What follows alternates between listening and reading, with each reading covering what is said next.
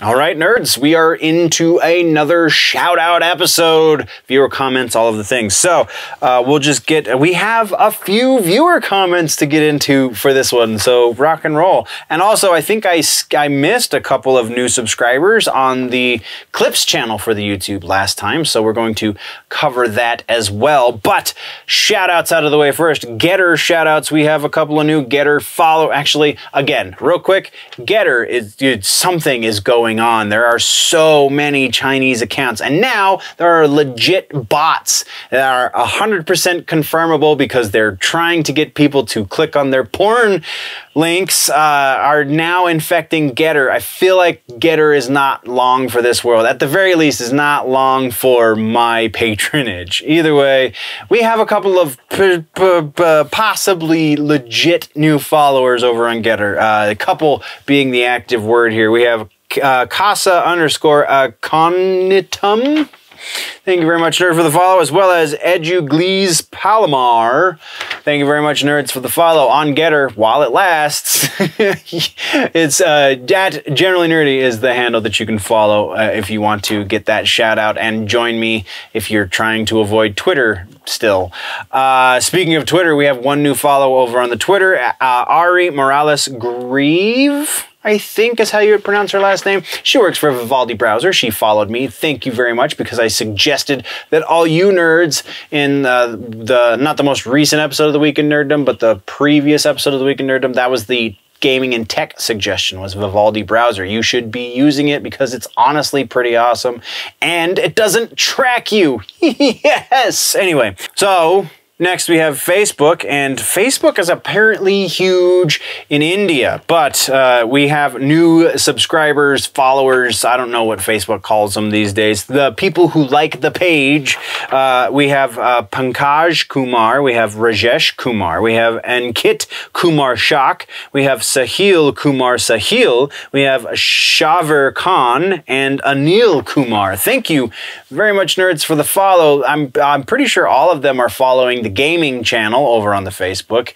You can do anything. You can follow at Generally Nerdy, at Generally Nerdy Gaming, or at Generally Nerdy Photo, and I will give you the shout out, and then we can interact about whatever channel you followed for whatever reason you followed. Okay, we have a couple more Instagram followers to get out of the way. We have Saif Aziz and God's Mistress. Thank you very much, nerds, for the follow, though God's Mistress, yeah, I'm pretty sure you're a bot.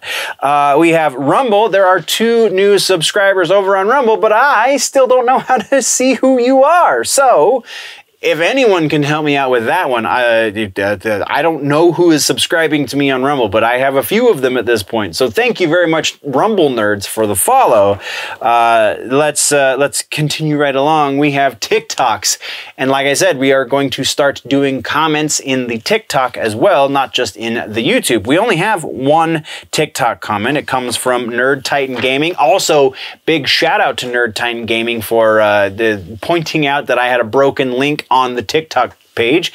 Don't know why the link to the website is broken, but I fixed it to point to the YouTube channel until I can figure that out.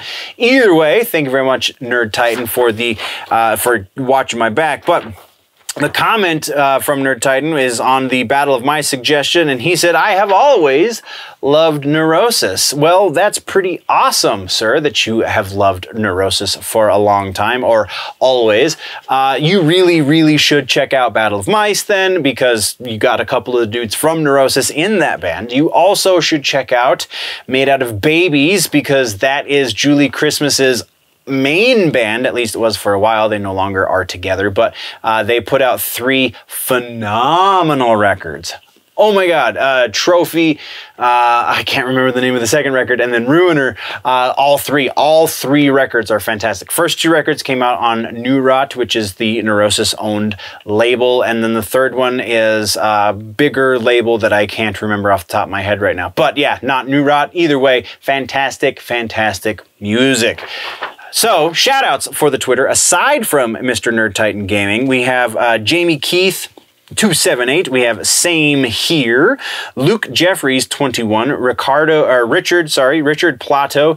Kyler Robinson, 2585. Payne _God _ Skyjumper1. Chris Jung, 2079. Broturn, 1632. Jack London, 36. And trees.n.bees, trees and bees. Thank you very much, nerds, for the follow over on the TikToks. That is where a lot of the shorts content exists, is exclusively on TikTok, so go check it out. At Generally Nerdy is how you can find me on TikTok. That brings us to the YouTube.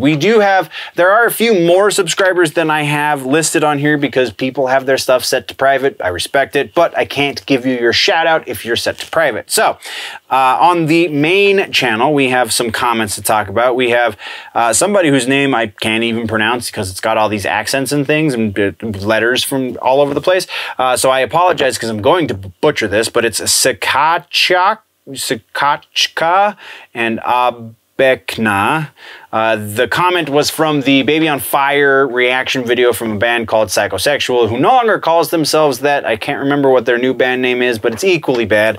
We have the comment that was left by this person is, it's what normies think industrial metal is. Monotone guitar riffs, overly loud drums, random synths in the background, and grotesque lyrics. Music like this is easy to make, but hard to make something interesting and entertaining out of it. I 100% agree. Industrial music can be incredibly well done. It's just pretty difficult to get to that point, though it is really easy to make mediocre and bad industrial music. Though I would make a point of clarification. I don't believe that is what they're trying to do with the Psychosexual. I don't think they're going for industrial. I think they just don't know how to play their instruments. That just might be my bias talking, but either way, I'm pretty sure that's the situation going on there. But otherwise, I 100% get behind what you're saying. And then next we have CornDog88 commenting on the Stitch interview I did. Stitch is the samples and keyboards for the band Mushroomhead. I interviewed him about 3-4 years ago. So on that interview, we have, and there is some strong language in here, so I do generally try and steer away from it, but I'm reading somebody's comment, so I might have to change some words, or I'll just, I don't know. What happens? We'll see. So Corndog says, J-Man is the man, always will be. The Super Buick release party at the Odeon was the greatest of all time. Jeffrey Nothing is now nothing. The chick Jackie is taking full advantage of being Skinny's side whore. Waylon sucked. I didn't listen to any Mushroomhead with Galen. Glad J-Man is back. He's always been the soul of Mushroomhead. I wonder if Jessica is still doing tattoos in Dover, Ohio. I met the entire band at Peabody's Down Under in Cleveland Flats back when everyone was alive. Mushroomhead old school, though he spelled school incorrectly, is the best. Change my mind. Well, some of these statements I can get behind, kind of. I was not at the Super Buick release party at the Odeon, but I can imagine it was pretty awesome. Super Buick is a fantastic record. Of the pre-signed Mushroomhead records, that is probably my favorite. Though M3 has some solid stuff too, I think Super Buick has more of the hits. J-Man is the man, always will be. Totally agree. I think J-Man is a fantastic vocalist when it comes to that style, and also his ability to rhyme. He's got some hip-hop roots that are pretty awesome as well. Jeffrey Nothing is now nothing. I think you haven't listened to Jeffrey Nothing's solo work if you are saying that, because it really sounds like slightly more aggressive Mushroomhead, and I honestly have no issues with that at all. I honestly believe that the split between Nothing and Mushroomhead is more because Nothing honestly found God recently. I didn't believe it until I saw him preaching at a church online. So, pretty interesting situation there because of the very anti-religion lyrics that he had in the Mushroomhead's past. So I think there's some sort of rift there, though I don't believe there's all that much bad blood between Nothing and the rest of the band. So maybe you're jumping to some conclusions there, boss. Jackie is taking advantage of being Skinny's wife. Jackie and Skinny are married, bud. he's not the side. She's not the side piece. She's the piece. Also, don't really appreciate the calling of somebody you don't know a name. Like, you have no idea who this person is, so why would you want to call her such a disgusting name? That's not cool. But yeah, so Waylon sucked, didn't listen to any Mushroomhead with Galen.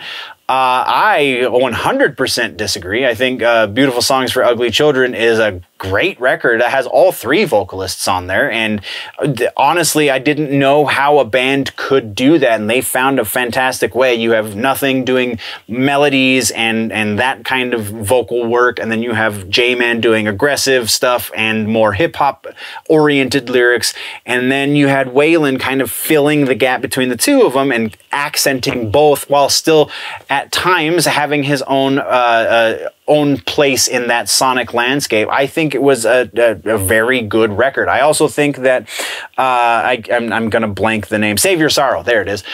Save Your Sorrow is a very underrated Mushroomhead record. I think you should probably give that record a try. There's a lot more soul on that. There's a lot more exposing of the insides of the way these guys work. I don't understand how you can just dismiss it outright. That just doesn't make any sense. Where are we going next? We have Glad J-Man is back. He's always been the soul of Mushroomhead. I wouldn't call him the soul of Mushroomhead, but I would say that I am definitely glad that he is in the band again, for sure, because I do appreciate his style. I wonder if Jessica is still doing tattoos. Don't know what that has to do with anything. I don't know who Jessica is. Was she one of the dancers back in the day when they had dancers on the side of the stage? No idea. Okay. Met the entire band at Peabody's Down Under in Cleveland Flats. I do know they did play that venue quite a bit back in the day, so congratulations, I guess. When everyone was alive, a nod to the death of Gravy, I believe. Skinny's brother. Old school Mushroomhead is the best. Yeah, okay, I'll give you that. I think the XX record is kind of the example of that, because that is almost a best of those first three records that they put out themselves. And yeah, I would say that's a pretty easy statement to make, and then change my mind. I hope maybe I've given you something else to consider through this one-sided conversation. Yeah, so that is what we've got there. Our next comment comes from Vivaldi Browser themselves over on last week's episode, where again I suggested to you nerds that you should be using Vivaldi Browser on your devices. Specifically, I use it on the computer because I don't have a smartphone, but they make a smartphone version of it as well that's I'm sure just equally as useful. But they said, thank you so much for this recommendation. We're delighted that you are using Vivaldi. Much love to you for choosing us. Heart emoji. You're welcome. Keep making a quality product, guys, because I think that your browser, honestly, while it doesn't save me like hours and hours at any one given time, it definitely saves me time and helps me keep organized. The ADHD definitely flows when I'm taking notes for the show, so anything I can do to keep as much in front of my face and workable as possible, the better. And your browser does that for me. So thank you very much for the browser. And then over on the YouTube Clips channel, we have a couple of people who don't have their settings set to private. We have Bigaloa, Rachel Wheeler, and Mason Ford are new subs over on the Clips channel. Thank you very much, nerds, for the subscriptions. And then we have a bunch more comments, so let's get to them. Alzu Kana, we have actually 2 of these 4 comments are from this video, and it's the Interview with the Vampire casting from, honestly, like 2 months ago, 3 months ago, maybe even. So Aizu, I apologize, Aizu Kana says, it seems like everyone in production forgot about Claudia not only being a representation for Anne Rice's in real life daughter who died at age 5, but also that she is a character that is conflicted because she can't live by herself, she can't create other vampires, and she's dependent on others. Armand says we shouldn't create such a young vampire because he was created very young, and Marius told him it wasn't okay to make him that young, but circumstances. I'm so sad. This series is going to be yet another disaster adaptation and will make Queen of the Damned looked like a masterpiece in comparison. Oof. Oh, pulling out all the stops with that last line. Queen of the Damned, a masterpiece by comparison. I will say to you what I said to the last comment on this one, and that is, if you want to read the book still exists. This does not negate the existence of the book. Also, the original movie still exists, which is obviously going to be a little bit closer to what we know the book to be. So there is always that. So that should always be at least the one thing that you can feel warm and fuzzy about. So with that in mind, I feel like going forward, this is a different story with similar characters, a lot of them named the same, but similar characters. This is going to be like in the Halo world right now. We have the Halo series, which I'm starting to warm up to, the TV series, versus the Halo lore that we love so much in the video games. And there the two shall meet, because while they use similar concepts, they are not the same thing. So it's going to be something along those lines. This series has Anne Rice's stamp of approval, because she was helping produce, her and her son Christopher are helping produce this series. Well, she no longer, because she passed, but she was there on set doing the things as a producer. So to say that this is just going to be a disaster, I feel like is definitely jumping the gun.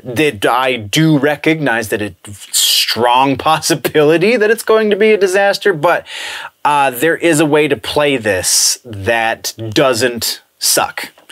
And I hope they figure that out. That's where we're going to go with that. Also, again, Anne Rice was part of the inception of this series. Was also, I believe, involved in the writing of the scripts. So Claudia, in the books, being representative of Anne's daughter who died at such a young age, it wasn't forgotten by anybody, because she was there. She was in the room when they were conceiving these things. I think that now that she is so far removed from such things, that maybe it wasn't a point that she needed to make anymore. So they were going to try and tell a different story along similar lines. I don't know that for certain, because obviously that is a very strange casting choice the way they went, but it is still possible that something good could come of this. We'll get to the other interview comment in just a second. We next have Bobby Kirk over on the TV streaming clip from 2 weeks ago, talking about Twisted Metal. He says, if you like Twisted Metal, you will love Crossout, and it's free to play. I think you might be a bot there, Bobby. The U instead of Y-O-U in your spelling kind of gives it away, boss. Sorry.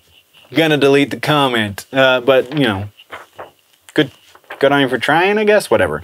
Alex Orozco also commented on the Interview of the Vampire casting video, and Alex's comment is, they just ripped that character's spine right out of it.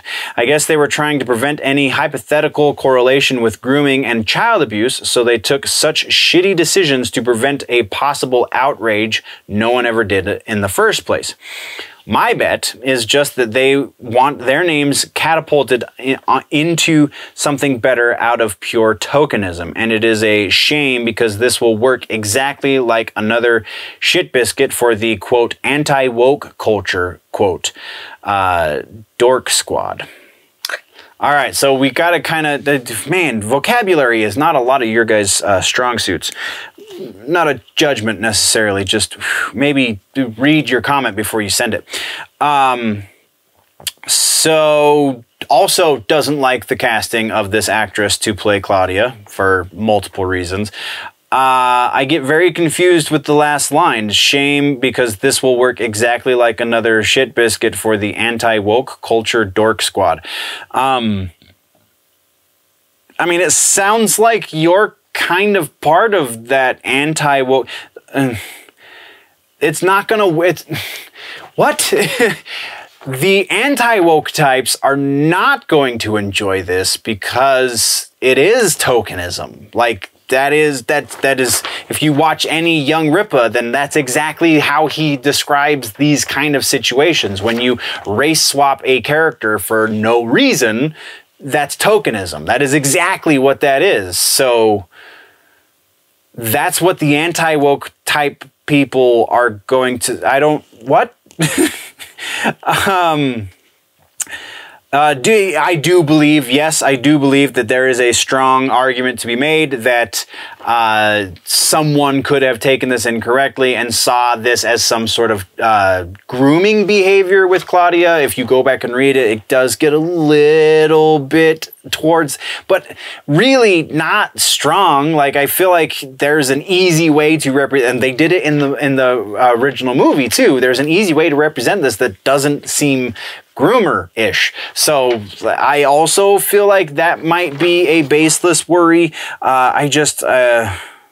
Yeah, the one statement in here that I think I can agree with the most is, yeah, I think this is pure tokenism. I think this is absolutely the argument to be made. Though, again, I'm going to repeat myself, again, I feel like if you can get past that, if you can look at it more as telling a new story and not retelling the story we love, then I think there could potentially be something worthwhile, a conversation worth having here. I think that's going to be the interesting part of this. Now, having seen some recent production stills, I am very afraid that they're going to go with this revisionist history that we've been seeing a lot on streaming services. Very specifically, I'm looking at that Hollywood series, excuse me, the Hollywood series on Netflix that very much just, it was 100% fiction. Like, everything about that was fiction. The way Rock Hudson was portrayed, the way that homosexuality in Hollywood in the 20s or 30s, whenever Rock Hudson was the thing, the way that homosexuality in Hollywood was, homosexuality in America was portrayed at that time, and then racism also, like all of this just total revisionist history. I'm kind of afraid that they're going to do that now. But again, there is still a possibility. I am still holding on just a sliver of hopium, man. Just kind of taking a good hit of that every now and then, just because I am hopeful that this will add to the conversation and not detract from the conversation. So we'll keep it at that. And then our final comment for this episode comes from Corey O. Cookies. Corey O. was commenting on a Reasonably Nerdy from a little while ago about Brent Hinds being kind of a douchebag. Brent Hinds, guitar player for Mastodon. So the comment is, when you say, quote, put these guys on blast, unquote, it sounds like you're lumping the whole band into his statement. It's clearly his statement and not representative of the entire band. Well, all right, so Corey O. Cookies, you also left a comment on this video a couple of weeks ago about how Brent does know how to pick out bad music when he sees it. The quality of music, by and large, there is definitely an objective note to be made about quality of music, but that becomes a little bit of a conversation that I feel like goes over a lot of people's heads. But by and large, quality of music is definitely a subjective thing. So if you don't like the music, that doesn't necessarily mean it's bad. That just means you don't like it.